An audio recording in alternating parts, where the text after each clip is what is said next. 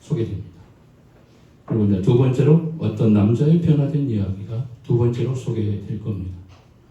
그리고 세 번째는 이제 생명의 다리를 건너가십시오 하는 상과의 내용으로 계속 이어집니다. 그리고 마지막 사과는 한번 읽어볼까요? 구원의 확신을 갖고 살아가십시오. 이 네 가지 주제로 기독교인들의 기본적인 가장 기초적인 것을 다루어 줄 겁니다. 그 교재는 목자 훈련의 시스템으로 프로그램으로 진행되고 있는 지구촌 교회에서 하고 있는 그 똑같은 교재입니다. 그 똑같은 프로그램으로 여러분과 함께 시간을 내어서 함께 프로그램의 진행을 하도록 하겠습니다. 자, 읽어 보면은 어떤 여인의 변화된 이야기가 요한복음 4장의 전체 내용 속에 나와 있습니다. 자, 만남의 중요성이 먼저 우리가 교재에 보면 나올 겁니다. 자, 만남이 왜 중요한가? 모든 사람은 만남이 중요하죠. 부모와의 만남, 그리고 부부의 만남, 친구의 만남, 또 스승과의 만남. 가족이 존재하게 되는 그 만남, 나라는 존재의 출생, 이게 굉장히 중요한 부분이고 이것은 누구나 거쳐야 하는 만남의 과정에 놓여 있다고 말할 수 있겠죠. 그리고 이제 우리가 사회에 진입하면서 친구의 만남과 스승과의 만남의 중요한 만남이 시작됩니다. 세 번째 만남을 통해서 인격의 형성에 결정적인 영향을 미치게 됩니다. 더 나아가서 또 하나의 만남이 있다면 최고의 만남이죠. 그 만남은 누구의 만남이에요? 주님과의 만남, 하나님과의 만남. 인생에 있어서 이 세 가지 만남도 중요하지만 가장 결정적인 우리의 생명에 대한, 우리 인생에 있어서 가장 중요한 우리의 영혼에 대한 이 문제의 만남은 가장 중요한 부분에 속하다고 말할 수 있는 영적인 만남, 하나님과의 만남, 주님과의 만남. 자, 이런 만남을 통해서 여러분들의 신앙이 회복되고 여러분들의 구원의 역사가 충만하게 일어날 수 있기를 바랍니다. 자, 보면은 이제 이 요한복음 4장의 배경은요, 사마리아의 지방이라는 수가성 여인의 지방에서, 가정에서부터, 그 지역에서부터 시작됩니다. 자, 사마리아 지역을 보면 가운데 있죠. 갈릴리. 예수님께서 갈릴리 지역에서 사역을 많이 하시죠. 그리고 제자들, 우리 갈릴리 호수에서 고기를 잡는 어부 출신들이라서 그곳에서 생계를 유지했던 사람들이, 그리고 주님과의 만남이 시작되죠. 그리고 나중에 이제 우리 주님께서 이제 예루살렘에 이제 당도하게 되고 입성하게 되는, 주 사역은 이제 가이사라 갈릴리 이 지역에서 사역을 많이 하고, 이제 후반기에 와서 이제 주님께서 이제 십자가에 돌아가실 때 예루살렘에 내려오시죠. 그러나 이 예루살렘에 내려오기 위해서는 사마리아를 거쳐야 돼요. 이 사마리아 경계선에 있어요. 근데 이 사마리아는 언제 멸망하냐면 주님이 오시기 주전 722년에 아수르에 의해서 멸망하게 됩니다. 아수르가 나오죠. 저 위에 있는 지방이 아수르. 아수르가 굉장히 강대국이에요. 그 강대국이 형성되면서 그 주변에 변방 국가들을 차지하면서 부상하게 되는데, 그래서 이스라엘은 이제 이 사마리아라는 땅을 이제 정복하고, 그리고 그 땅에 식민지로 삼게 되는, 이스라엘 나라가 이제 북쪽 이스라엘과 남쪽 유다 예루살렘을 거쳐서 이렇게 분단이 되잖아요. 근데 사마리아 이 지역에서는 이스라엘 백성들이 마지막 왕이었던 호세아 왕이 있어요. 그 호세아 왕이 아수르에 의해서 멸망을 당하고 속국이 되고, 이제 나중에 거기에 대한 나라를 다시 세우기 위해서 이제 거짓으로 이제 속국이 되겠다고 말을 하죠. 그리고 다시 애굽이라는 나라와 합세를 해서 전쟁을 일으켰지만 결국 패망해요. 722년에 아수르에 의해서 이스라엘 땅은 점령을 당합니다. 그리고 이제 속국이 되고 포로로 끌려가죠. 아수르 땅에. 이스라엘 백성들이 거기서 이제 살게 되고, 북왕국 이스라엘 멸망을 당합니다. 그래서 아수르가 이제 개수마다 하는 그런 이스라엘 백성들이 이제 말살 정책을 펴기 시작하는데 어떻게 합니까? 혼혈족을 만들어요. 자기의 민족과 이스라엘 백성들과 같이 혼혈족을 만들어서 이스라엘 정체성을 파괴시켜요. 그리고 그 정책이 어느 정도 먹혀들어서 이스라엘 백성들이 거기서 혼혈족이 돼서 그 나라가 이스라엘 나라가 북쪽 이스라엘 나라가 흔적도 없이 사라집니다. 그리고 다시 이제 포로가 끝나고 나서 다시 돌아오는데 소수의 사람만 돌아와요. 많은 사람은 정착하고 돌아오지 않죠. 혼혈족이 됐기 때문에. 그래서 이제 사마리아 이 지역에서 이 혼혈족인 이 사마리아 사람이 거기서 살게 됩니다. 유대인들이 어떻게 생각해요? 유대인들이 그때부터 사마리아 사람을 미워하기 시작합니다. 혼혈족으로 짐승만도 못한 족속이다. 그래가지고 사마리아 사람을 그때 미워하기 시작합니다. 그러면서 적대 관계가 됩니다. 그래서 유대인들이 사마리아를 통과하기 위해서는 사마리아 지역을 들어가잖아요. 저 지중해나 요바를 거쳐가지고 3일길을 걸어가서 예루살렘 갑니다. 이 사마리아를 거쳐가면 짐승도 못한 사마리아 사람들을 보기 때문에 사마리아 사람들을 상종하지 않기 때문에 그들을 서로 적대 관계이기 때문에 사마리아를 통과하지 않습니다. 그러니까 예수님은 오늘 본문의 말씀 보면 이 사마리아를 통과하세요. 적대 관계에 있었던 그 지역 사람과 함께 그들의 어떤 비난에도 불구하고 우리 주님은 그곳에 들어갑니다. 한 영혼을 살리기 위해서 우리 주님은 어떤 수모도 감수하고 그 지역으로 들어갑니다. 자, 이게 배경이에요. 자, 여인이 처한 그 삶의 정황을 한번 살펴보면 여러분들 교재에 나올 겁니다. 자, 6시. 우리 시각으로 몇 시죠? 12시. 정오입니다. 볼펜 가지고 있으면 다 적으셔야 돼요. 자, 사막지대의 그 중동 지방은 열대성 기후를 갖고 있기 때문에 정오가 되면 어떻게 해요? 정오가 되면 어떻게 됩니까? 사람들이 안 나와요. 가장 더운 태양이 뜨거운 시간이에요. 나올 수 없습니다. 그래서 아침에 일찍이 물을 기르러 나오고 그래요. 그런데 이 사마리아 여인은 어때요? 가장 뜨거운 시간에 사람이 없어. 사람이 그곳에 찾아주지 않은 그 시간에 찾아옵니다. 왜 그랬을까요? 자, 18절 읽고 이 여인의 삶의 전황을 추리하여 의견을 나누어보십시오. 자, 왜 그랬을까? 자, 18절 말씀 볼까요? 시작. 너에게 남편 5이 있었고 지금 있는 자도 내 남편이 아니니 내 말이 참되도다. 예.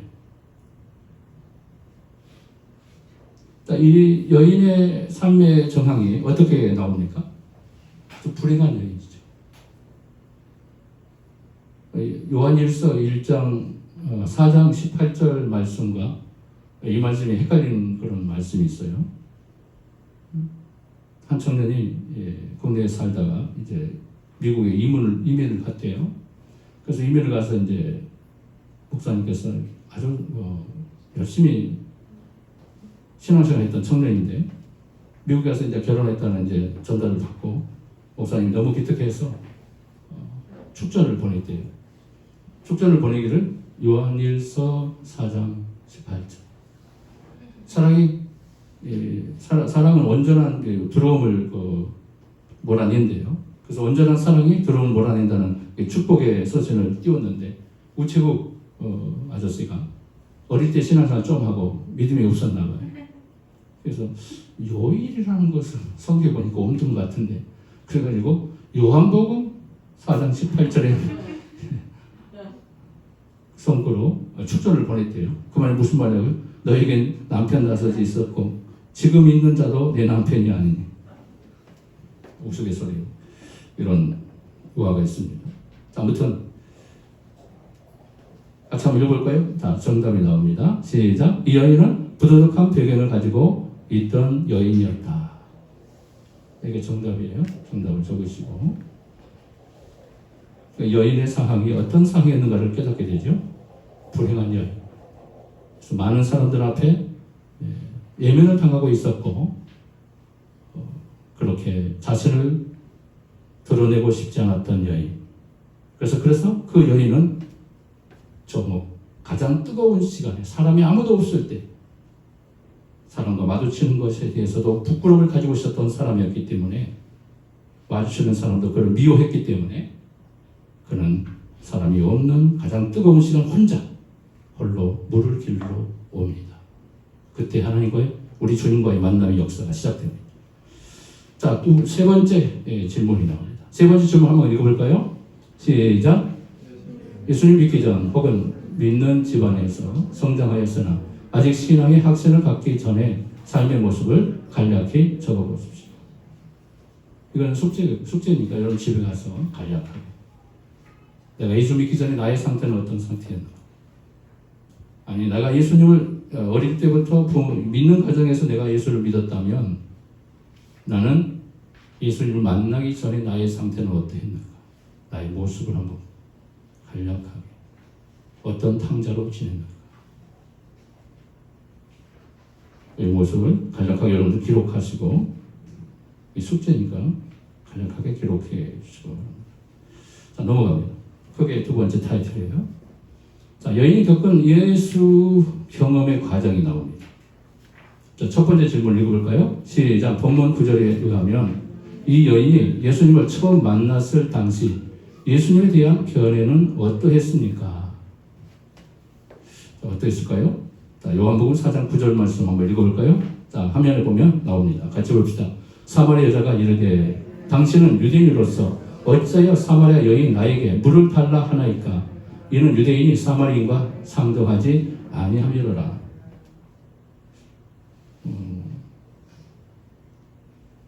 예수님을 그가 처음 만났을 때의 예수님에 대한 부분이 그에게는 어떻게 다가왔는가? 남자로 인식했어요. 단순한 남자로, 낯선 남자로 인식했습니다. 두 번째는 유대인으로 인식했죠. 모습 보면 유대인인 줄 알죠. 인종적 차이가 있음을 인식합니다. 유대인으로서 어떻게 나에게 물을 달라고 합니까? 유대인들은 사마리아 사람과 상종도 하지 않는데 당신은 왜 나에게 물을 달라고 합니까? 예수님 접근 방법이에요. 예수님은 누구나 포옹하고 그들에게 다가갑니다. 죄인일지라도 다가갑니다. 차별이 없습니다. 공평하게 다가갑니다. 소외받는 사람 앞에 더 가까이 다가갑니다. 고통받는 사람을 찾아갑니다. 이것이 바로 우리 주님의 모습이고 주님을 닮은 하나님의 자녀들의 모습이 되어야 할 겁니다. 자, 세 번째, 자신과 상관이 없는 존재로 인식합니다. 낯선 남자였죠? 예. 갑작스럽게 남자가 물을 달라고 했을 때 상관없는 존재로 그는 인식했다는 거죠. 네 번째로 오늘날 이렇게 예수님을 생각하는 사람이 많다는 거죠. 하나의 사람으로 불과한 단순한 어떤 유대인의 존재로, 그러니까 나와 상관없는 존재로 많은 사람들이 생각하고 있다는 거죠. 오늘날 수많은 사람들이 예수님에 대해서 어떻게 생각하죠? 여러분들 어떻습니까? 예수님 어떤 존재로 생각하고 있죠? 이 여인처럼 단순히 예수라는 존재가 어떤 존재인가를 한번 생각해 보시기 바랍니다. 자, 다음 질문으로 넘어갑시다. 자, 개인적인 질문이 나와요. 자, 개인적인 질문 한번 읽어볼까요? 앞에 학원 스크린 보시면서 시작. 당신은 예수 그리스도에 대하여 맨 처음 진지하게 생각하기 시작한 시기는 언제였으며 그 당시 당신은 예수의 어떤 분으로 이해하고 있었습니까? 자, 예수님 나이가 어떤 존재인가? 세상 모든 사람들은 성인의 정도로만 생각하죠. 훌륭한 사람이다. 성인 중에 한 사람. 이렇게만 생각하죠. 그러니까 여러분들 그렇게 생각하지 않았어요. 내가 예수 믿기 전에, 예수님을 알기 전에 예수에 대한 분은 어떤 존재인가? 예수님이 어떤 분인가? 이 부분에 대해서 전혀 상관없는 존재, 나와는 전혀 관계없는 사람으로 인식하고 우리는 살았죠. 자, 지금도 그래요? 지금도 그렇다고 생각한다면 문제가 심각하죠? 예수님 나에게 어떤 존재인가? 진정으로 여러분들이 스스로 예수님에 대한 관계 속에서 고백할 수 있어야 합니다. 자, 두 번째 보면 10절과 15절에 다시 읽고 여인이 예수님과 대한 여인의 생각이 어떻게 바뀌어가는지 의견을 나눠보십시오. 15절 한번 읽어볼까요? 시작. 여자가 이르되 주여 그런 물을 내게 주사 목마르지도 않고 또 여기 물 길러 오지도 않게 하옵소서. 자, 보면은 무엇으로 나옵니까? 예수님에 대한 생각의 변화가 일어납니다. 어떤 생각이 변하죠? 무엇을 줄 수 있는 분으로 생각합니다. 자, 처음에는 단순한 남자로 낯선 사람으로만 생각했어요. 그래서 두 번째, 이제 예수님에 대한 접근이 들어가기 시작합니다. 예수님 어떤 분으로 생각합니까? 무엇을 줄 수 있는 분으로 생각합니다. 자, 이런 변화의 역사가 일어나요. 그래서 예수님 우리가 믿기 시작하는 순간부터 무엇이 변해야 합니까? 생각의 변화가 일어나야 돼요. 생각의 변화가 일어나지 않으면 예수님을 믿을 수가 없어요. 내 생각 속에 예수님이 어떻게 생각되어지고 있는가, 생각에 대한 변화가 일어나고 있는가, 여기서부터 믿음이 출발되는 거예요. 여러분들이 믿음을 출발하는 순간에 어떤 변화의 시작이 일어나는가를 여러분 점검하셔야 합니다. 자, 세 번째 질문입니다. 자, 세 번째 질문을 읽어봅시다. 시작. 본문 19절에서 이 여인은 이제 예수를 누구라고 고백하고 있습니까? 그에게 고백하게 된 이유는 무엇이 때문이라고 생각하십니까? 자, 요한복음 4장 19절에 이런 말씀 나오죠. 한번 읽어볼까요? 시작. 여자가 이르되 주여 내가 보니 선지자로소이다. 예수가 이제 누구라고 고백되기 시작해요? 첫 번째는 남자로, 단순한 유대인으로, 두 번째는 무엇을 줄 수 있는 분으로 그의 생각이 변화되기 시작하고, 이제 세 번째 단계에서 뭘 생각해요? 당신은 선지자입니다. 선지자로 인식하기 시작합니다. 자, 예수님에 대한 인지, 예수님에 대한 생각의 변화, 인식의 변화, 이 변화가 점점 이렇게 발전하기 시작합니다. 처음부터 예수님은 나의 구주입니다 고백할 수 있는 게 아니라는 거예요. 이 여인의 변화처럼 우리가 예수님께 접근하기 시작하고 예수님에 대한 구주에 대한 고백하기 전까지의 과정 속에 우리의 생각에 대한 변화가 일어나기 시작합니다. 그리고 주님에 대한 고백으로 이르기까지 당신은 선지자입니다. 여기까지 발전하게 되는 거예요. 이것이 알아가는 거예요. 예수님을 알아가는 거예요. 주님을 알아가는 겁니다. 주님이 누구인가에 대한 인식의 변화가 시작되지 않으면 내 안에 주님이 찾아올 수 없어요. 주님을 그냥 믿는 게 아닙니다. 내 생각 속에 먼저 들어오는 거예요. 내 생각의 변화를 통해서 우리 주님이 찾아오는 겁니다. 아, 주님은 이런 분이시구나. 이 생각의 변화를 통해서 내 안에 주님이 자리 잡기 시작합니다. 이런 생각의 변화가 일어나야 합니다. 주님을 고백하기 전까지 이런 변화의 역사 속에서 우리 주님이 내 안에 찾아오기 시작하는 거예요. 자, 여인에게 지금 찾아갔습니다. 주님을 만났지만 그는 알지 못했어요.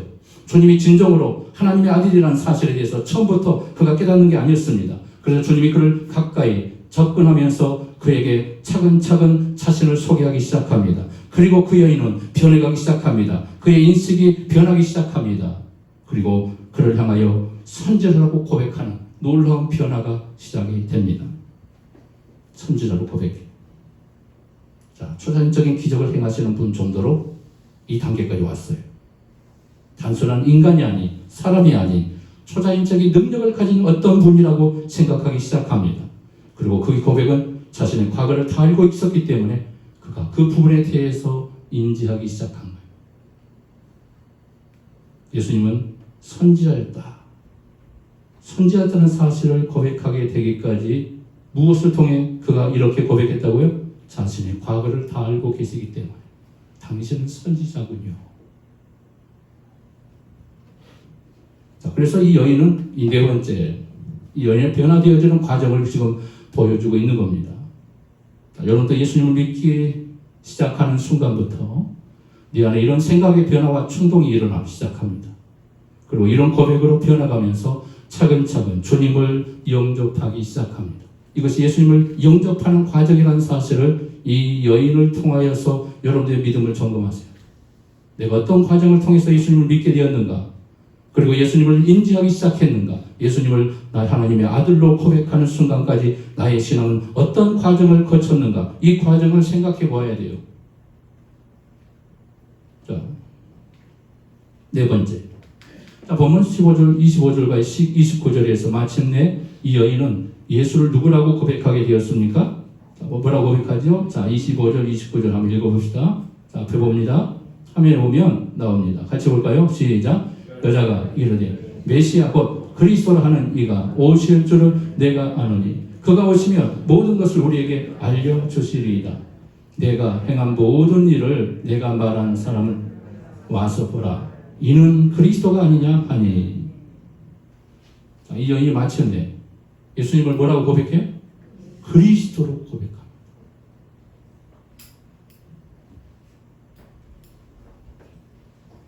그리스도로 고백하기 전까지의 그 모든 과정을 이렇게 소개하면서 이 여인의 변화된 모습을 보여줍니다. 여러분들 어떻게 변화됐어요? 어떻게 예수 믿기 시작했어요? 여러분 심령 속에 예수님이 찾아오기까지 어떤 과정을 통해서 여러분들이 예수님을 고백하는 과정에 거쳤습니까? 그리고 이 여인처럼 그리스도는 우리 하나님의 아들 예수님은 그리스도이십니다. 하나님은 메시아십니다. 하나님은 나의 구주이십니다. 이 그리스도는 것은 구주라는 말이에요. 나의 구주다. 나의 구원자다. 이런 말이에요. 두 번째, 20절에 보면 예배의 문제를 통해 종교적인 논쟁의 사건을 끌어들입니다. 이 여인이요. 왜 그랬을까요? 갑자기 예배에 대한 질문이 던져요. 이 여인은 과거에 대한 자신의 부끄러움을 숨기고 싶었던 거죠. 그래서 화제를 돌립니다. 종교에 대한 논쟁, 사마리아 사람들과 유대인들과의 예배의 관계에 대한 이 부분에 대해서 사마리아 사람들은 이곳에서 예배를 드리는데 그리심산에서 드리는데 유대인들은 예루살렘에서 예배를 드려야 그걸 진정으로 하나님이 드리는 예배라고 생각하는데 어디서 드리는 게 진정한 예배입니까? 예배에 대한 질문을 던져요. 그러니까 우리 주님께서 그 부분에 대해서도 정확하게 얘기해줘요. 시선을 돌려도 우리 주님께서는 정확하게 그 질문에 대한 대답을 던져주십니다. 자신의 부끄러움을 감추기 위해서 시선을 돌렸지만 주님은 정답을 제시해 줍니다. 그리고 예배의 핵심에 대한 요소를 뭐라고 얘기합니까? 장소의 문제가 아니다. 예루살렘에서도 말고 사마리아에서도 말고 하나님께 예배하는 때가 오나니 하나님은 심령과 진정으로 영과 진리로 예배하는 자가 하나님께서 그들을 찾고 있는다. 장소의 문제가 중요하든가 하는. 우리도 마찬가지. 이 여인도 이 부분에 대한 고민을 갖고 있었어요. 유대인들도 고민을 갖고 있었어요. 사마리아 사람들도 예배에 대한 이 고민을 갖고 있었어요. 어디 가서 예배를 드려야 하나님이 받으시는가? 이 여인도 마찬가지. 예배에 대한 사모함이 있었겠지요. 그도 성경을 배운 사람이고 메시아에 대해서 지식을 갖고 있었기 때문에 그러나 우리 주님께서는 뭐라고 얘기해요? 장소의 문제가 아니다. 우리는 장소가 중요하죠. 여러분 장소를 초월하시기 바랍니다. 장소가 중요한 게 아니에요. 예배 장소가 더 좋은 환경 속에 있으면 더 예배가 잘 드려집니까? 여러분 예배가 분위기에 치우치고 환경에 치우친다면 우리 주님이 말씀하신 이 말씀은 우리 주님이 잘못 가르친 겁니다. 예배는 예루살렘에서 드려야 한다라고 말씀했어야 돼요. 근데 우리 주님 뭐라고 해요? 예루살렘에서 말고 사마리아에서 말고 내가 진정으로 예배할 때가 찾아온다니 그때는 성령과 진리로 예배하는 자를 우리 하나님께서 받으신다. 그런 장소를 초월하셔야 돼요. 어떤 곳에서 주의 이름을 모인 곳에 그곳에 우리 주님이 찾아온다는 사실을 인지하시기 바랍니다. 그리고 그 믿음으로 예배를 회복하시기 바랍니다. 우리 한국 그리스도인들은 장소적인 개념에 굉장히 민감하죠. 환경적인 부분에 굉장히 민감합니다. 그래서 더 좋은 환경을 찾고 싶어요. 더 좋은 환경 속에 있으면 더 영광이 하나님께 비춰질 거라고 생각합니다. 이건 착각인 거예요. 장소를 초월하는 믿음의 예배를 드릴 수 있기를 바랍니다. 어떤 곳이든 주의 이름으로 모인 곳에 주님이 임하십니다. 이게 참 믿음이에요. 여러분 이제 시대가 현대 사회로 바뀌면서 개척교회는 성도들이 찾아오기가 굉장히 많이 꺼려하지죠. 현실적인 부분이죠. 옛날에야 교회만 이름만 건판만 걸으면 교회 이름만 걸어놓으면 수많은 사람이 찾아와서 금방 부흥했어요. 그러니까 지금은 개척의 사각지대에 지금 속하였죠. 그래서 개척은 지금 개척의 시대가 아니다. 개척하면 뭐 100교회, 10교회도 살아남지 못한다면서 여기저기서 말을 하고 있죠. 왜 그럴까요? 옛날 같지 않는 거예요. 장소의 구애를 받기 때문에. 옛날의 믿음은 주님만 사랑하는 믿음으로, 물론 지금은 주님을 사랑하지 않아서가 아니겠지만 이런 환경적인 부분에 굉장히 치우친 것을 많이 보게 됩니다. 자, 네 번째로 25절에 여인은 메시아라는 분에 대해서 화제를 바꾸기 시작합니다. 그리고 클라이막스에 도달하게 되고 예수님이 대답하죠. 메시아가 오신다며, 그분이 오신다면 모든 것을 가르쳐 주실 겁니다. 우리 주님께는 뭐라고 해요? 그 질문이 떨어지자마자 우리 주님이 뭐라고 하니까 내가 바로 그러다. 내가 그러다. 선포하시는 거예요. 여인은 그동안 예수님을 직접 만났다는 사실에 대해서 전혀 상상할 수 못했어요. 자신 앞에 서 있는 분이 예수님이라는 사실을 깨닫지 못했어요. 그리고 예수님이 내가 그러다는 순간 이 여인은 깜짝 놀라게 돼요. 그 주님이, 그 메시아가 내 앞에 찾아오다니 놀라게 됩니다. 엄청난 충격을 받게 됩니다. 신앙의 충격을 경험합니다. 여러분, 예수님 만나면 이런 충격을 경험해야 돼요. 예수님 만났는데 전혀 변화가 없어요. 예수님 만났는데 전혀 기쁨과 감동이 없어요. 주님이 내 앞에 왔다는 사실. 이 여인이라고 여러분들이 생각해 본다면 이 여인 앞에 전혀 상상하지 않았던, 전혀 기대하지 않았던 주님이 내 앞에 당도에서 나를 만나주시고 있다는 이 사실을 한번 경험해 보십시오. 이 여인이 얼마나 놀랐겠어요. 바로 주님이 이 여인에게 직접 찾아오셨던 것처럼 이 땅에 구원자로 오신 우리 주님은 보이지 않게 영으로, 성령으로 지금도 나에게 찾아오십니다. 예배의 자리에, 말씀의 자리에 찾아오십니다. 내가 기도하는 자리에 찾아오십니다. 내가 묵상하는 그 자리에 찾아오십니다. 내가 불안과 염려 속에 사로잡혀 있을 때 무언가를 하지 못하고 감당하지 못한 초라한 삶 속에 살고 있을 때도 우리 주님은 찾아오십니다. 두려워하지 말라라고. 믿으십니까? 우리 주님 찾아오세요. 이 여인이 주님을 만나는 순간 놀랍니다. 깜짝 놀랍니다. 그리고 물동을 버려두고 어디 가요? 마을로 가서 내가 메시아를 보았노라. 이게 바로 주님을 만난 충격이에요. 주님을 만나면 이런 충격이 일어나야 돼요. 변화가 일어나야 돼요. 감동이 일어나야 돼요. 주님, 내가 주님을 만났습니다. 내가 메시아 하나님의 아들을 만났습니다. 이런 깊은 감동의 역사가 내 심령 속에 일어나요. 그런 감동이 없다면 주님과의 부딪힘의 역사가 이 여인과 같은 충격이 아직 일어나지 않는다. 일어나야 돼요. 내게도 이런 충격이, 주님과의 만남의 감동이 일어나게 하여 주시옵소서. 이게 주님과의 만남이에요. 주님과의 만나는 이런 역사가 일어나야 돼요. 기쁨이 솟아올라요. 주님과의 영적인 교제의 역사가 시작됩니다. 그리고 나는 구원의 백성이라는 이 놀라운 고백과 함께 주님을 찬양하기 시작합니다.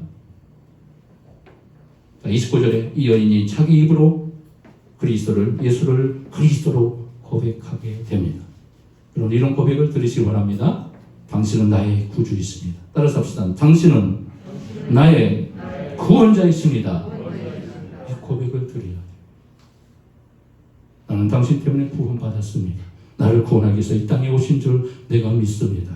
이 구원에 대한 메시지를 내 심령 속에 담아내서 우리 주님을 담아내는 거예요. 주님이 나를 구원하셨군요. 나를 구원하러 찾아오셨군요.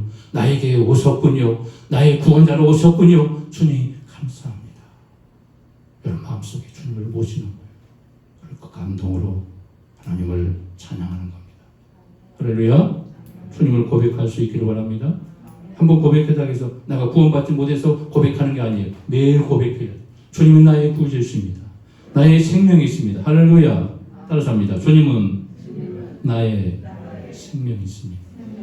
예배할 때마다, 내가 기도할 때마다, 주님을 찾을 때마다 주님은 나의 영원한 생명이십니다. 고백하셔야 돼요. 주님 모신 자가 당연히 해야 하는 고백이에요. 이런 고백 없이 그리스도인이 될 수가 없어요. 자, 교리적 질문이 나와요. 자, 메시아 혹은 그리스도의 뜻이 무엇일까요? 교재 적으시고요. 다 기본적인 것이기 때문에 뭐 그렇게 어려운 것은 아니죠. 예수님의 이름과 직분이 나오죠. 예수는 이름이고 그리스도는 뭐예요? 직분이에요. 직분. 그리스도. 기름 부음 받는 자, 메시아. 히브리 말로 메시아, 헬라 말로 그리스도. 직분을 말해요. 우리 예수님이 그리스도인가? 그럼 잘못 배운 거예요. 당신 어디 교회에서 배웠어요? 그럴 거예요. 그렇게 얘기하면 안 돼요. 예수님은 구원자라는 말이고 하나님의 아들 구원자라는 말. 그리스도는 직분. 이 땅에 우리 주님이 무엇을 이룩하기 위해서 오셨는가? 직분. 직분에 대한 직책을 얘기해요. 하나님의 아들 이름이 뭐예요? 예수님. 그분의 직분이 뭐예요? 그리스도라는 직분을 가지고 왔습니다. 자, 그리스도라는 직분. 그리스도의 뜻은 뭐예요? 기름 부음을 받는 자. 이 직분은 왕, 제사장, 선지자. 이 삼중직이 나와요. 이스라엘 유대 나라는 이 삼중직이 가장 중요한 직분이에요. 하나님 앞에. 왕, 선지자, 제사장. 물론 그 중에 제사를 감당하는 제사장도 굉장히 중요하죠. 왕은 나라를 다스리고 선지자는 말씀을 선포하는. 기름 부음을 받는다는 말은 바로 이런 이 삼중직을 가지고 왔다. 그 뜻은 기름 부음 받는 자, 기름 부음 받았다면 왕, 제사장, 선지자가 유대 나라에서는 이스라엘 백성들은 이 세 가지 직분에게만 기름 부음을 줘요. 기름불에 담아가지고 기름을 부어요. 하나님이 세운다는 말을 한 거예요. 직분을 하나님이 주시는 거예요. 제사장이 가서 그렇게 하지요. 선지자 가서도 하고. 자, 그래서 왕은 통치자를 얘기하고 선지자는 가르치는 자, 제사장은 문제 해결, 제사 문제로 제 문제를 해결하는 부분을 얘기하죠. 자, 왕, 선지자, 제사장의 기능을 한꺼번에 통틀어 가지신 분이 누구시다? 메시아이신 예수 그리스도. 바로 예수님은 그래서 삼중직을 성취하기 위해서 오신 분이다. 왕으로 오셨고 또 무엇으로 오셨어요? 선지자로 오셨고 어떻게 오셨어요? 대제사장으로 오시고 구약에 대한 이 모든 직책을 완성하러 오신 분이 우리 주님이세요. 만왕의 왕으로, 온 우주의 왕으로, 그리고 선지자로, 대선지자로, 엘리야보다 더 위대한 선지자로, 그리고 대제사장, 아론보다 더 위대한 제사장으로 이 땅에 이제 영원한 제사장으로 우리 주님 오셔서 자신이 몸을 던져 속죄 피를 흘림으로 영원한 속죄 제사로 몸을 던져서 제사를 완성해버려요. 우리 주님 바로 제사의 완성자로 이 삼중직을 완성하기 위해서 이 땅에 오셨고 이 삼중직의 완성이 바로 주님이 다 이루었다는 말이에요. 할렐루야. 그래서 우리 주님이 뭐 어떤 분이 돼요? 나의 구원자. 우리 인류의 구원자는 오직 예수님밖에 없다는 것을 우리에게 가르쳐주는 겁니다. 믿으십니까? 자, 상관 질문 나와요. 상관. 마태복음 16장 16절 전후 문맥을 읽고 시몬 베드로가 한 고백의 의미를 설명해 주시겠습니까? 이렇게 나와요. 뭐라고 고백해요? 유명한 고백이죠. 한번 읽어볼까요? 시작. 시몬 베드로가 대답하여 이르되 주는 그리스도시요 살아계신 하나님의 아들이십니다. 우리 주님께서 사역을 하시면서 어느 날 갑자기 이제 죽음을 앞두고 메시아에 대한 사상을 제자들에게 가르치고 십자가의 죽음을 가르치기 위해서 우리 주님께서 제자들에게 갑자기 그들에게 질문을 던집니다. 가서라 빌립보 지방에서 이 말씀을 하십니다. 너희들은 나를 누구라고 하느냐? 많은 곳곳에서 나를 누구라고 하더냐? 예, 혹은 엘리야, 혹은 선지자 중에 한 사람, 에레미야, 각각의 아니면 모세, 많은 사람이 그렇게 얘기합니다. 그럼 너희들은 나를 누구라고 생각하니? 우리 주님께 질문을 던져요. 그러니까 베드로가 이때 하나님의 도우심으로 그가 믿음이 있어서 고백한 게 아니라 하나님의 능력으로 대표해서 그의 입술을 열어서 자동으로 고백하게 만들어요. 그 고백이 뭐예요? 주는 그리스도시요 살아계신 하나님의 아들이십니다. 이 고백을 베드로가 갑자기 선뜻 자기도 생각도 안 했는데 이 말이 입에서 쫄쫄 나와버려. 얼마나 놀랐겠어요. 그러니까 예수님이 베드로야 잘하였도다 하면서 칭찬하면서 너에게 이 주시는 말을 너에게 한 것은 네가 아니라 하늘에서 아버지께서 너에게 한 말이다. 이렇게 말해요. 우리가 고백하는 것은 내 스스로 고백하는 게 아니에요. 누가 고백하시는 거예요? 하나님이 고백하게 하시는 거예요. 할렐루야. 그래서 우리의 믿음이 가능하고 나는 구원자가 될 수 있는 것. 하나님의 선택받는 자는 이런 고백이 자동으로 나오는 거예요. 주는 그리스도시요 살아계신 하나님의 아들이십니다. 고백하세요. 고백 한번 해보세요. 시작. 주는 그리스도시요 살아계신 하나님의 아들이십니다. 믿음이 여러분들 흔들릴 때마다 베드로가 고백했던 이 고백, 베드로가 고백한 게 아니에요. 누가 시켜서 한 거예요? 누가 가르쳐준 거예요? 하나님이 가르쳐준 이 말을 내 입을 통해 하는 거예요. 아, 하나님이 가르쳐줬지. 나도 이 고백을 해야지. 고백을 자주 하시기 바랍니다. 자, 예수님이 죽으실 때, 가까웠을 때 질문했던 거예요. 다른 번역에는 이런 말이 나와요. 다른 번역에는 뭐라고 하냐면 기다려왔던 그 그리스도가 바로 당신 예수입니다. 이것이 기독교의 복음입니다. 이것을 깨닫는 사람이 바로 그리스도입니다. 할렐루야. 이게 깨달아져요. 아, 하나님의 아들, 메시아신 그분이 그리스도고 하나님의 아들로 우리의 구원자로 오셨구나. 아멘. 믿어져요. 믿어져. 갑자기 믿어져요. 믿어지는 역사가 일어나요. 내가 그래서 나도 어떤 자가 된 거예요? 구원의 백성이 된 거예요. 내가 억지로 고백하는 고백이 아니에요. 고백하다 보면 자동으로 믿어지고 고백의 이 역사가 내 고백이 되게 만들어버려요. 하나님께서. 할렐루야. 이런 경험을 하시기 바랍니다. 주는 그리스도시요 살아계신 하나님의 아들이십니다. 베드로의 고백처럼 이 고백이 나옵니다. 자, 개인적 질문이 나와요. 지금 이 시점에서 예수에 대한 당신의 생각을 솔직하게 말씀해 주시겠습니까? 그건 숙제예요. 여러분 집에 가서 고민하시고 간략하게 예수님에 대한 나의 생각을 솔직하게 한번 적어보세요. 아직도 예수님이 인간 예수로 존재하고 있지는 않습니까? 아직 믿겨지지 않으면 아직도 나는 성인으로 밖에 믿을 수 없습니다. 그럼 솔직하게 고백하세요. 진정으로 주님이 그리스도라고 고백할 수 있다면 당신은 나의 고백 그리스도시요 생명의 주님이시고 나의 영원한 구원자는 당신밖에 없습니다라고 여러분의 신앙 고백을 솔직하게 적어보십시오. 그리고 그 고백이 타당치 않는 이 교제의 가르침과 동떨어 있다면 하나님께 기도하십시오. 하나님, 나는 아직 믿겨지지 않습니다. 저에게 믿음을 주시고 가르쳐 주십시오. 그리고 나도 베드로처럼 이렇게 고백하게 해주십시오. 저는 그리스도시요 살아계신 하나님의 아들이십니다. 고백해야 구원받아요. 입으로 신하여 구원에 있는다고 그래요. 마음으로 믿으면 안 돼요. 마음으로 믿는 걸 어떻게 해야 돼요? 내 입술로 고백하는 자. 나를 시인하면 천국에서도 하나님 나라에서도 내가 너를 위해 시인할 것이다. 나를 부인하면 하늘 아버지 앞에서도 내가 너를 부인할 것이다. 우리 주님 말씀에 시인하셔야 돼요. 매일매일 주님을 시인하시기 바랍니다. 이 시간 예수님이 어떻게 느껴지고 있는가 혹시 이해가 안 되는 부분이 있으면 스스로 한번 이 부분을 정리해 보시기 바라고요. 세 번째 질문이 나와요. 자, 여인에 대하는 태도에서 다시 발견되는 예수가 나오는데요. 첫 번째 질문이 나옵니다. 세 번째 질문에 첫 번째 질문. 본문 3절과 4절 9절을 다시 읽고 예수께서 수가성을 찾아오신 진정한 이유를 생각해 보십시오. 자, 왜 찾아왔을까? 여기 한번 3절 4절만 한번 읽어볼까요? 시작. 유대를 떠나사 다시 갈릴리로 가실새 사마리를 통과하여야 하겠는지라. 자, 유대인은 사마리아 길을 가지 않는다고 첫 번째 배경에서 설명했어요. 유대인들은 사마리아인을 상종하지 않아요. 인간으로도 대접하지 않아요. 짐승만도 못한 존재라고 생각해요. 왜냐하면 혼혈적이고 민족의 정체성을 버렸기 때문에 그래요. 아수르의 포로가 되어서. 그래서 북왕국 이스라엘은 망해버리고 북왕국 이스라엘은 완전 파괴돼 버립니다. 10지파였던 지파들이 다 흩어져 버리고 지파가 존재하지 않게 되어버립니다.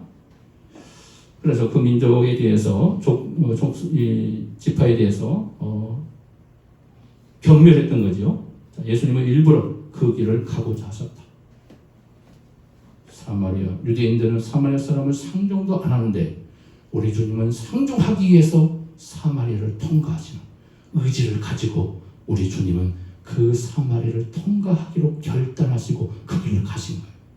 많은 사람이 예면하고 조롱하는 자리, 유대인들은 그 자리로 가면 멸시받는 자리고 그 자리로 가는 순간 유대 공동체에서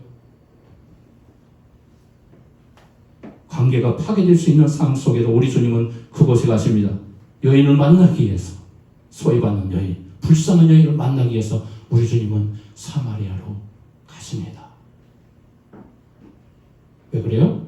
한 여인을 만나 어떻게 하기 위해서요? 구원하시기 위해서. 우리 주님의 열정, 나를 구원하기 위해서 우리 주님이 어떻게 하셨어요? 이 땅에 찾아오셨어요. 어떻게 해요? 인간의 몸을 입고 나를 찾아오셨어요. 나를 구원하기 위해서. 믿으십니까? 우리 주님이에요. 자, 3관 질문. 누가복음 19장 10절에 가면 예수님께서 이 땅에 오신 목적이 무엇인가를 가르쳐줘요. 19장 10절 말씀 읽어볼까요? 인자가 온 것은 잃어버린 자를 찾아 구원하려 함이니라. 잃어버린 자를 찾으러 왔어요. 하나님의 잃어버린 자를 찾으러 왔어요. 우리 주님께 찾은 바 되지 않으면 영적인 고아로 살아요. 영적 고아. 고아에 대해서 아픔을 아시나요? 저는 신학교 동아리에서 고아원을 선교하는 일에 몇 년 동안 봉사를 했어요. 한 달에 한 번, 두 번 꼭 찾아가서 예배 드려주고 아이들과 함께 놀아주고 빨래도 하고, 그 아이들은 늘 얼굴이 굳어 있어요. 부모가 없다는 그 슬픔, 부모로부터 배신받았다는 그 아픔이 얼굴에 늘 그려져 있어요. 예배 드릴 때도 그들은 기쁨이 없어요. 굳어져 있는 옷을 박수 쳐도 이렇게 기쁨이 없어요. 예배에 대한 감격도 없어요. 그들에게 예배를 드리는 건 얼마나 우리는 불편하겠어요. 너부터가 예배를 드리는 거죠. 그래도 드렸어요. 1년이 지나고 나서 그들의 마음이 열리기 시작해요. 같이 박수치고 찬양하고 율동하기 시작합니다. 같이 다가가면서 아이들의 마음이 열리면서 선생님 애치기 시작해요. 그때서야 마음이 물러요. 그리고 그들이 예수님을 영접하기 시작합니다. 잃어버린 자, 여러분들 잊어버린 자로 산다면 얼마나 불행하겠어요. 찾은 바 된 존재, 구원받은 존재가 얼마나 큰 축복인가. 여러분들 감사하시기 바랍니다. 우리 주님, 나를 잊어버린 자의 자리에서 나를 찾아오셔서 나를 영적 고아의 자리에서, 생명의 주로 진정한 고아의 자리에서 하나님을 찾는, 아버지를 찾는 생명의 백성으로 나를 찾아오셨습니다. 그리고 회복하셨습니다. 이게 우리의 구원이에요. 인자라는 것은 사람의 아들이라는 뜻이에요. 하나님의 아들이신 예수님이 사람의 아들로 오셨다는 표현이 인자가 온 것을 인자라는 말을 써요. 예수님의 인성을 가르치고 있는 거예요. 그래서 예수님의 인성을 가르치면서 예수님이 그러면 그냥 인간인가? 그게 아니에요. 자, 잃어버린 자를 찾아 구원하고자 목적을 가지고 오셨습니다. 자, 잃어버린 사마리아 여인을 찾아 구원하러 오신 우리 주님, 잃어버린 나를 찾아 구원하러 오신 우리 주님. 이 여인은만이 잃어버린 영혼이 아니라 나의 잃어버린 영혼, 나의 영혼을 찾아 우리 주님이 이 땅에 오셨습니다. 이 여인을 찾아오신 주님은 바로 나를 찾아오신 분입니다. 믿으십니까? 나를 찾아오셨습니다. 자, 본문에 과연 누구인가 나오죠. 과연 누구셨는지 당신의 의견을 말해보십시오. 예수님 모든 걸 다 하시고 계시는 분이다, 이 말을 하고 있는 겁니다. 내 남편을 데려와라. 지금 있는 남편이 내 남편도 아니다. 이 말에 보리에서 예수님이 남편을 불러오라는 말을 통해서 예수님께서 그의 핵심을 찔르죠. 모든 것을 아시는 주님에 대한, 거기서부터 예수님에 대한 시각이 바뀌기 시작합니다. 그 예수님은 모든 걸 아신다는 것은 뭐예요? 하나님이시기 때문이라는 거예요. 나의 모든 것도 다 아시고 계시는 분이시다. 나의 아픔도, 나의 고통도 아시는 분이시다. 그래서 주님만이 나를 위로할 수 있는 거예요. 할렐루야. 자, 교리적 상관 질문이 나와요. 로마서 9장 5절과 히브리서 1장 8절에 가면 예수는 결국 누구라고 기록되어 있습니까? 로마서 9장 5절 한번 읽어볼까요? 조상들도 그들의 것이요 육신으로 하면 그리스도가 그들에게서 나섰으니 그는 만물 위에 계셔서 세세 찬양을 받으실 하나님이십니다. 아멘. 저는 누구라고요? 그리스도 예수님이십니다. 그는 누굽니까? 하나님이십니다. 예수님은 누구시라고요? 하나님이라고 고백하고 있어요. 자, 히브리서 1장 8절에 나와요. 1장 8절을 읽어볼까요? 시작. 아들의 가나이는 하나님이요 주의 보좌는 영영하며 주의 나라의 규는 공평한 규이니이다. 자, 하나님의 아들이신 예수님에 대하여 하나님이여라고 말해요. 예수님이 누구예요? 인간만이 아니라 누구라고요? 하나님이십니다. 신성을 강조해요. 신성. 인간뿐만 아니라 하나님으로 오셨기 때문에 우리의 구원자가 되시는 거예요. 사람의 아들, 하나님의 아들이십니다. 사람의 아들은 사람, 하나님의 아들은 하나님이십니다. 그래서 우리 예수님은 누구시다? 하나님이시다. 이렇게 말합니다. 이거 어려운 부분이니까 이건 삼일체 교리예요.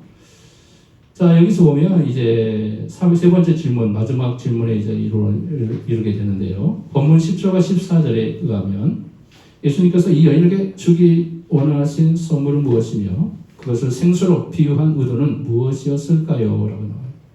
자, 본문은 여러분들 성경에 나온 대로 아까 읽었죠. 자, 예수님이 주시고자 했던 선물이 뭐죠? 예수님이 주시고자 하는 선물은 뭐예요? 영생. 기록하세요. 영생이라고. 자, 영생이란 영원한 생명을 얘기해요. 구원, 천국, 복, 축복을 말합니다. 그리고 영생을 뭘로 비유되고 있어요? 샘물로 비유되고 있어요. 자, 샘물은 의도는 두 가지가 있어요. 자, 샘물의 의도가 두 가지, 어떤 의도일까요? 자, 물은 보편적인 거. 누구에게나 필요합니다. 물은 절대적입니다. 물이 없으면 어때요? 죽어요. 인간의 몸도 70%가 물이에요. 수분이에요. 그래서 물은 뭐라고 해서? 뭘로 나옵니까? 생명으로 비유해서 말씀합니다. 물이 생명인 거예요. 우리 예수님은 바로 그 생명을 주고자 왔다. 이 여인에게 내가 물을 너에게 영원히 목마르는 생수를 주겠다는 이 생수는 뭘 얘기해요? 우리 주님이 너에게 생명을 주겠다라고 말하는 거예요. 그러니까 여인은 처음엔 착각하죠. 영원한 물을 기르러 오지 않아도 될 그런 생수를 얘기하죠. 그 생수는 뭐다? 우리 주님이 소개하는 생수는 생명을 내게 주겠다는 거예요. 목마르는 영적 생수를 내게 주겠다. 바로 내가 너에게 생수를 주러 왔다. 내가 바로 그 생수다라고 말하는 거예요. 우리 예수님이 누구예요? 생수로 오신 분이시죠. 생수는 뭐예요? 생명이기 때문에. 자, 로마서 6장 23절 말씀, 유명한 말씀이죠. 한번 읽어볼까요? 시작. 사망이요. 하나님의 은사는 그리스도 예수 우리 주 안에 있는 거다. 영생이니라. 미국에 유명한 실질적인 실화가 있어요. 라이언 하이트라는 13세 소년의 이야기가 있어요. 라이언 하이트가 13세 소년에 백혈병을 앓게 됩니다. 그리고 수술을 받아요. 수술을 받는데 수혈을 잘못해가지고 그 수혈 때문에 에이즈가 걸려버려요. 참 재수없는 소녀가 되지요. 아니, 병을 치료하기 위해서 고치려고 하는데 수혈을 받다가 에이즈 수혈을 받아서 결국 에이즈 환자가 됐다. 얼마나 절망했겠어요. 불평할 수밖에 없겠죠. 23세 소년 라이언 하이트는 실망하지 않습니다. 학교 생활을 꿋꿋하게 아이들과 함께 볼품없는 자신의 모습, 백혈병의 모습으로, 그리고 에이즈가 걸렸다는 이 잘못된 이 모든 인식 속에서도 이 소년은 계속 그의 학교를 열심히 다닙니다. 실망하지 않고 친구들과 함께 기쁜 모습으로 학교 생활을 합니다. 이 소문이 미국 전 지역에 전파가 됩니다. 그래서 레이건 대통령도 마이클 잭슨도 그 소년을 찾아서 격려하기 위해서 찾아옵니다. 그리고 그 소년은 수많은 미국의 지역에 감동을 주기 시작합니다. 5년이 지나고 난 18세가 되던 때에 그는 마지막 운명을 하게 됩니다. 그런 수많은 사람의 격려와 그 많은 관심을 쏟아부었음을 불구하고 라이언 하이트는 결국 5년 만에 죽게 됩니다. 마지막 죽음을 앞두었을 때 아버지와의 중요한 대화가 크리스찬 신문에 기록되게 됩니다. 아버지가 라이언 하이트에게 마지막 이런 말을 합니다. 아빠가 아들에게 더 이상 선물을 줄 수 없는 이 모습을 볼 때 아버지의 모습이 너무나 부끄럽단다. 아들에게 말했던 아버지의 말 앞에 나연 하이트는 웃으면서 아빠는 나에게 정말 위대한 선물을 주셨지 않았나요? 나를 예수를 소개해주고 어린아이 때부터 말씀을 가르쳐주고 예수를 소개하여 교회로 인도해 주신 분이 바로 아빠가 아니십니까? 나는 아빠를 나의 예수님을 영접하게 되었고 예수야말로 나에게 가장 위대한 선물이었음을 저는 깨달았습니다. 아빠는 바로 나에게 위대한 선물을 주신 분이었습니다. 실망하지 마십시오. 내게 해준 거 없다고요? 아니요. 아빠는 나에게 가장 위대한 천국의 티켓을 주었잖아요. 이 말을 남기고 라이언 화이트는 죽음을 맞이합니다. 여러분에게 주어진 선물이 무엇입니까? 예수라는 이 선물이 가장 위대한 천국의 티켓이요 가장 위대한 선물이라는 사실에 이 라이언 화이트의 마지막 젊은 날에 그가 죽어가며 이 선물을 안고 천국의 환상 속에 하나님 앞에 불려갔던 그의 모습을 생각하며 여러분들 어떤 감동 속에 살고 있습니까? 이 위대한 선물을 받아놓고도 감격하지 못하고 살고 있다면 우리는 너무나 부끄러운 거예요. 죄는 죽음을 주지만 예수님은 우리에게 영생을 주십니다. 믿으십니까? 죄의 삭은 사망이지만 하나님의 선물 은사는 그리스도의 손에 있는 영생, 영원한 생명이니라. 할렐루야. 23절에 이 번역, 한국 번역에 빠진 게 있어요. 그러나 죄의 삭은 사망이요 그러나 하나님의 은사는 영생이니라. 여러분의 주어진 선물 영생을 받으시기를 바랍니다. 요한복음 6장 47절에 믿는 자에게 영생을 가졌나니 영생을 이미 가진 거예요. 영생을 얻을 것이 아니라 이미 가졌어요. 여러분들에게 주어졌어요. 영생이 주어졌어요. 믿으십니까? 나는 구원의 백성이 됐어요. 아멘. 예수를 믿는 순간 내가 구원의 백성이 되는 거예요. 하나님의 자녀가 되는 거예요. 기독교가 줄 수 있는 최대의 선물은 뭐다? 영생이다. 할렐루야. 자, 마무리합니다. 이날 이 여인과 예수님과의 만남으로 마침내 여인은 예수를 그리스도 메시아로 고백했습니다. 그리고 29절에 영생을 얻게 되었습니다. 더 나아가 예수를 그리스도라고 증거하기에 그는 이르러 물동이를 버리고 마을에 가서 와 보라 내가 그리스도를 보았노라. 그리스도를 소개하는 영생에 대한 기쁨의 감격 속에 복음을 전하는 이 여인. 이 여인의 이야기를 공부하면서 당신이 가고 있는 영적 추구의 여행이 어느 위치에 와 있는가 느꼈는지 또 이 본문의 사건이 나에게 무엇을 생각하게 하는지 요약해서 한번 기록하십시오. 집에 가서 기록하세요. 간단한 과제물이 있어요. 로마서 6장 23절을 암송하십시오. 다음 주에 암송해 보셔야 돼요. 암송 못하겠어요? 암송해 보세요. 제4선 사명의 하나님 은사는 그리스도 예수 우리 주 안에 있는 영생입니다. 그러니까 기본으로 그리스도인들이 암송해야 돼요. 이거를 예수 배우십시오. 복습하시고 예수 배우십시오. 그리고 우리 회장님들은 그 부분을 체크해 주시기 바랍니다. 자, 오늘 1과는 마치 기도합니다. 은혜로우신 아버지, 축복의 아버지, 우리를 그리스도를 소개해 주시며 우리에게 찾아오시며 이 여인을 찾아오셔서 구원의 역사를 이룩하신 것처럼 우리에게 찾아오시어 이 구원의 축복을 허락하시니 감사합니다. 이 놀라운 구원의 축복 속에 감격하는 이 여인의 모습과 함께 우리도 감격하게 하여 주시옵소서. 이 구원의 축복을 누리며 감사하는 하나님의 백성들 찾은 바 된 하나님의 자녀로 살게 하여 주시옵소서. 예수님으로 간절히 축복하며 기도합니다.